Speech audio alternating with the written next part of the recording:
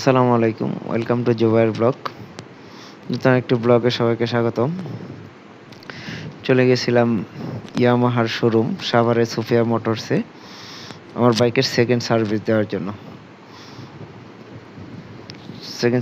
জন্য কথা বললাম। গেছিলাম সকাল 10:30টার দিকে। 10:30টার পর দিয়ে সিরিয়াল দিলাম 25 নাম্বার সিরিয়াল আসতে 10:30টায় সিরিয়াল দেওয়ার পর আমি সিরিয়াল পেলাম 25 নাম্বার সিরিয়ালটা পেলাম 3:30টায়। 3:30টায় দেওয়ার পরে ইঞ্জিনিয়ার যে আছে ওনার সাথে সার্ভিস ইঞ্জিনিয়ারের সাথে কথা বললাম যে ভাই, আমার তো এবার প্রথম সার্ভিসে যে ভাইটা ছিল উনি নেই, এখন কে ভালো কাজ করে ওনার কাছে গাড়িটা দিয়ে। ওই ইঞ্জিনিয়ার ভাই বললো আচ্ছা ঠিক আছে ভাই, বলে দিচ্ছি কে ভালো সার্ভিস করে। পরে দিলাম, উনি যে ছেলেটা সার্ভিস করে ওনার সাথে আমার কথা বলাই দিল। উনি সব কিছু পার্টস খুলে সুন্দর করে পরিষ্কার করলো। পরিষ্কার করার পর উনি বললাম যে ভাই, আমার বাইকে একটু গলায় সমস্যা হচ্ছে, কারণ ঈদের পর আমি ছোটোখাটো একটা ট্যুর দিতে গেছিলাম মানিকগঞ্জে। তো সেখানে যাই অনেক উঁচু নিচু ভাঙা রাস্তা, বালি রাস্তা, সব কিছুতেই চালানো হয়েছে। উনি বললো ভাই আচ্ছা দেখতেছি।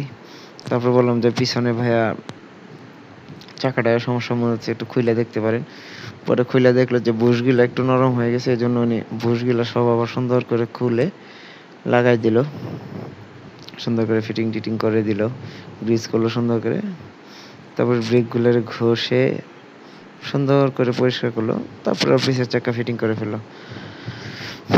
তারপর বললাম যে ভাই ইঞ্জিনটা একটু দেখেন সুন্দর করে। উনি সব কিছু দেখলো। দেখার পরে কাজটা খুব ভালোই লাগছে ওনার, খারাপ না, ভালো করে কাজ করছে। ইঞ্জিনের ট্যাবিটটা মিলাইলো, কারণ উঁচু নিচু ভাঙা চড়া রাস্তায় চালানো হয়েছে।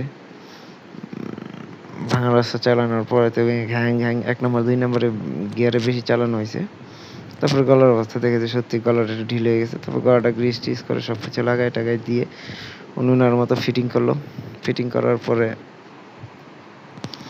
ওনাদের সেকেন্ড সার্ভিসে একটা আছে, বাইক ওয়াশ থাকে ওনাদের প্রত্যেক সার্ভিসে, দেখলাম বাইকটা ওয়াশ দেওয়ার ব্যবস্থা আছে। তবে মোবিল টোবিল দিয়ে বাইকটা ওয়াশে নিয়ে গেল, নতুন মোবিল দিয়ে বাইকটা ওয়াশ দিল সুন্দর করে। ওয়াশ দেওয়ার পরে যে বললো ভাই কাজ শেষ। তাই বললাম আচ্ছা ভাই ধন্যবাদ, আবার দেখা হবে। এই ওয়াশ দেওয়ার পর আমার বাইকের পরিস্থিতি